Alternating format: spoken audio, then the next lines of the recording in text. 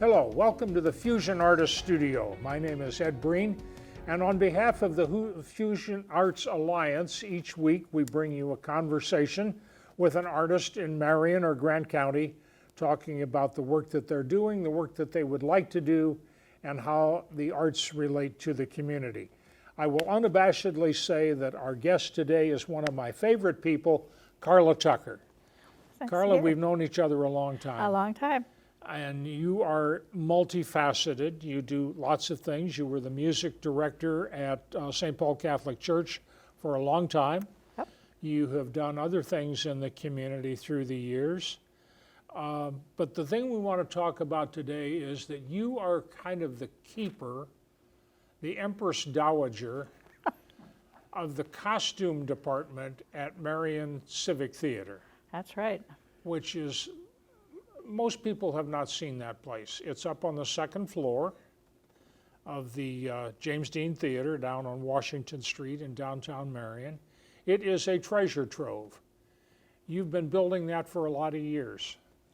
It's Grandma's closet on steroids, yes. Yes. How long have you been involved Whenever with we moved into the building in the 90s, Okay. I mean, I really don't know the date. And I have to say, while theater is a lifelong attraction for me, costuming was not in my sight at all until Jim Schildmeyer, Okay. who was a very persuasive person and gave himself to Marion Civic Theater wholeheartedly. He's washing windows on the new building as we're moving in, and he says to me, "You need to do costumes." No, I'm not a home ec major. I don't know anything about textiles. I can't do costuming. Well, I am. You So- are. And now you are one. Now I are, yes. Yes, I are. Let's back up a little bit. How did you get to Marion? You are not from Marion. No, I grew up in South Dakota, did theater in high school, civic theater in South Dakota. What town? Yankton, Tom Okay. Brokaw's hometown. It is. Yes, it is. And Arikara, struck by the Ree, but that was before Tom Brokaw. Lewis How and Clark did were there. South Dakota to Indiana. I went to an all-girls high school and looked then for a co-ed college in a big city and went to Indianapolis. Came to Marion. To Marion College. What Went was to then Marion College in Indianapolis. Yeah. Marion Which is Ann now Marion University. Yes, it is, but I it guess, wasn't in then, but Indianapolis. it is now. Majored in, History. okay, with the intent of becoming, A teacher, probably. and how'd that work out? Well, I fell in love and came to Marion, Indiana, And you've then been, went back to school, finished up at Taylor, okay, did teach. okay. Been here a long time. I've been here a long time. Your original involvement with theater was on stage rather than costuming. Yes, yes. Love being on stage. And Marion Civic Theater stage is such an intimate space. It's so wonderful to play to a 200-person house. That's a great piece of stage. Are you still doing some on stage? Well, I'm a little old to do ingenue roles, so I haven't done anything since John Butcher did Into the Woods. Okay, okay. Well, let's get to the costume department. Okay. Every presentation of Civic, every presentation of anything in theater involves creating an imaginary world around the actors and actresses. Costuming is very much a part of that. Put them in the proper character, proper place, proper time, all that sort of thing. Take it from there. Let's create a hypothetical here. Well, as I told Schildmeyer, I'm not a home ec major, but I am a history major.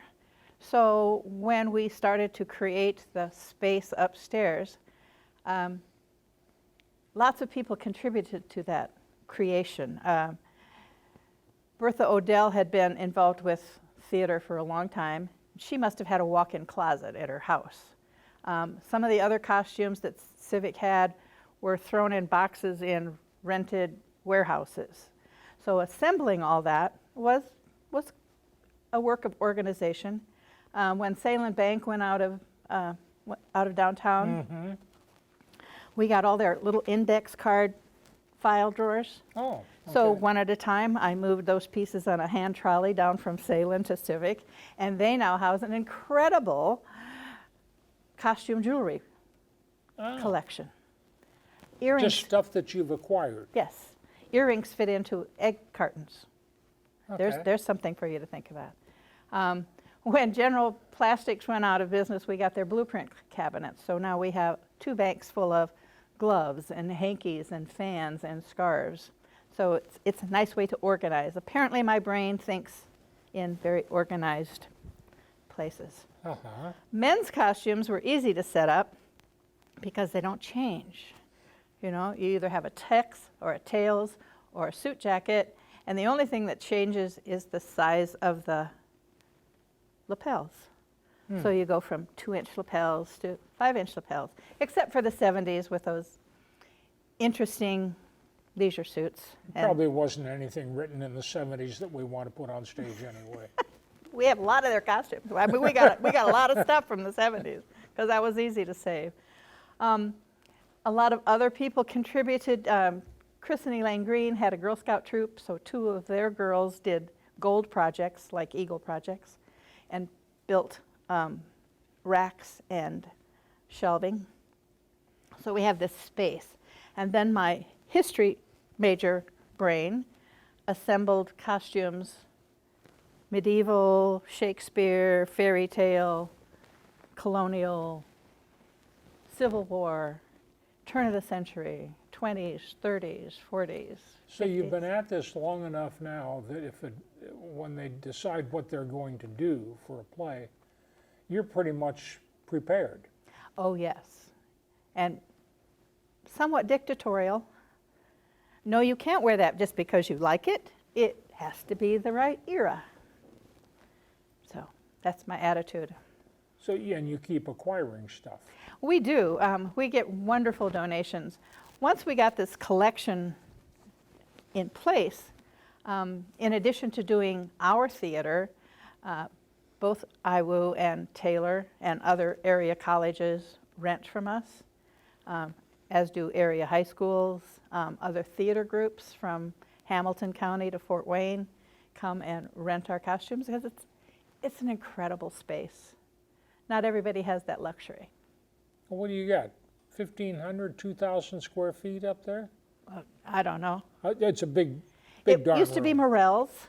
Yeah, second And floor before over that, Morell's. before that, it was Sears. So the upstairs where we are, there are still wallpaper sections. That must have been furniture upstairs. So what if they come to you and say, we're going to do a play we've never done before, it's of a different period, and you need to go out and start rummaging around to come up with a whole arrangement of costumes. Is that fun for you? Yes, and I have lots of friends who sometimes don't answer the phone anymore. But I have friends who are talented seamstresses who can concoct and create what we need to have if we don't have it. Give me an example of one that you had to concoct. Oh, I should have brought it. We have one of the world's largest collection of ugly 80s prom dresses. I mean, they're just kind of really. And Charles O'Haver and Dr. Blake were doing a play, not Some Like It Hot, but Like That. Now wait, time out. How do you find clothing that fit Charles O'Haver? Well, there is a There's story. the story. Okay, There's good. the story. So Rosellen Curtis, a friend of mine, took 3 ugly prom dresses and created an evening dress for Charles O'Haver, who is probably built like Dick Butkus, you know? So that was, and he looked good in it, let me tell you. I'm sorry, it's an image I can't process in my mind. I just can't do it. We have a whole section of ladies' shoes, size 11 and 12, because we needed them for guys, and now there are young ladies who have that. Okay. Foot sizes have changed. And some just people have emptied out their closets, Yes. and if they are of the right age, their clothing that they haven't worn in 30 years fits into your collection. That's right. We do historical fashion shows in addition to rentals. So if the class of 57, if we were going to do a class reunion, we'd do clothes starting from the 40s and the 50s and the 60s. And every time we do one of those, well, I got stuffed. Would you like it? You bet. Do you want me to come and help you clean out your closet? You've got hats of all varieties. Oh, we do. Ruth Thomas, I think, bequeathed to you her hat collection years and years ago. I think it was, yes, I think it was part of what I It was inherited. enormous, yeah. Yeah. We have lots of hats. They need lots of care. I have a hat. A Ruth Elder from Upland donated her grandmother's Oh, Civil War bonnet.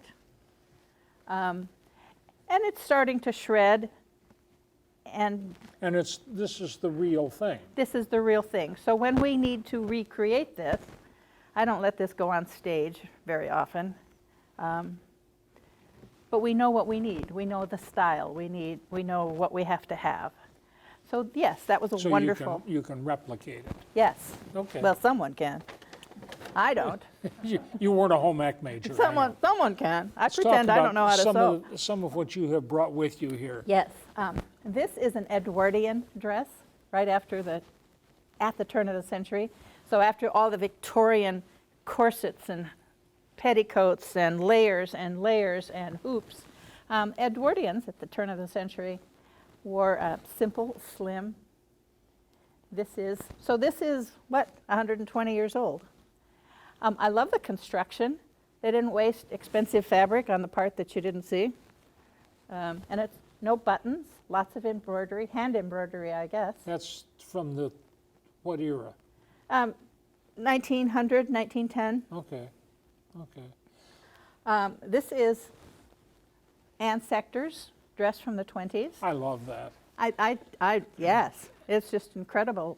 Ann Sector and her husband Julian were part of this community for better than half a century. They were both participants in community life in every way. And Ann was an absolute delight. She was on the city council for 3 or 4 terms. But she also was stylish. So, one of the fun things about doing style shows as opposed to theater is you get to talk about people like that. You know, you get to say, this was Ann Sector's, and who of you remember her? And look at the intricate beading here, and don't you suppose she had fun going out dancing in that dress? I can see her in it. What else? This is 1931, Elsie Beale's dress she wore to the Swayze High School prom. Okay. So the 20s didn't really hit flapper style in Grant County, Indiana. This is 31, above the knee, but not too earth-shaking. This little dress, love this. A lady from Fairmount was wearing this dress in 1951 when she met her husband. Isn't that a treasure to give up? That is. So That is. my Barbara Pack gave us this Pendleton pleated skirt. Oh. Certainly everyone who made it through the 50s and 60s either wore or saw one. Barb Williamson wore that at one time or another. Yes. Yes, she did. This then is, I'm sorry, 1970. Hot pants. Now, Interesting. women, I'm being sexist here. You may. Women will keep clothing and they will keep it in good condition and they will keep it in the closet. But only their skinny stuff. Oh, Nobody saves fat sizes. Okay. Everybody saves All right. skinny stuff. but men So when we wear have to replicate it, we have to redo it. men wear stuff until it falls off of them and they never take care of Because it doesn't change. The only thing that changes in men's fashion is the width of the tie or the it. lapel. Oh, okay. So here's 1950. narrow. I got one of those. Yep, I'll bet you're wearing it too. This is a 3.5-inch tie, Yeah. which would go with a 3.5-inch lapel. Pretty ordinary. There was that wonderful era. Oh, this is a beautiful thing. Yes, coming when we up wore here. 5-inch ties. Yes, that was, you know, kind of a clown. And the width of the tie speaks volumes about the era that you're putting people into, doesn't Yes, it? it's the width of the lapel. So, of course, men can wear the same outfit that they graduated from high school with. That doesn't fit quite as well as it did then, because it doesn't change. Everything except their senior cords. Yes, oh, we have some of those. Do Yes. you? Yes. And I wonder if that wasn't pretty much in Indiana. It was. I never saw it till I got never here. heard of it. Yeah, I never saw it till I got here. Yeah, yeah. But it's kind of fun. What are you looking for? What would you like to add to the collection? Stretch pants. Stretch pants. Yes, stretch pants. Nobody wears them anymore. But when I need to put men and boys in, Elizabethan outfits, Yeah. they're not really I'm having willing. trouble with this image too. They're but not. go They're not ahead. willing to wear tights, but they will wear stretch pants. Okay. And then balloon pantaloons, and that solves the problem. So, if anybody has any stretch pants in your closet, I'll take them. Do you occasionally have to discard stuff? Oh yes. There's only so much room. It's a finite Yeah. space. We've just been redoing shoes because we had 3 or 4 huge donations of shoes. Well, to fit the new shoes in, you have to weed out the old ones. So if something doesn't have soles that work, if they're sticky because they're old, if they're just too shabby to even go into the shabby box. So the last few weeks we've pitched some bags full of shoes. Have they ever done Julius Caesar? I mean, do you have Roman military garb? No, but we could do it. We have some togas, we have some tunics. We could. Okay. I don't want to pursue that too far either. Okay. We do have some. Actually, we just have 3 new Shakespearean. You could either Tudor do outfits. Julius Caesar or Animal House, is what you're saying. Yes. You could yes. do a toga party. There was a whole lot of animal prints from the, 80s? Lots of ladies had animal prints. And we use those mostly for kids to be animal costumes.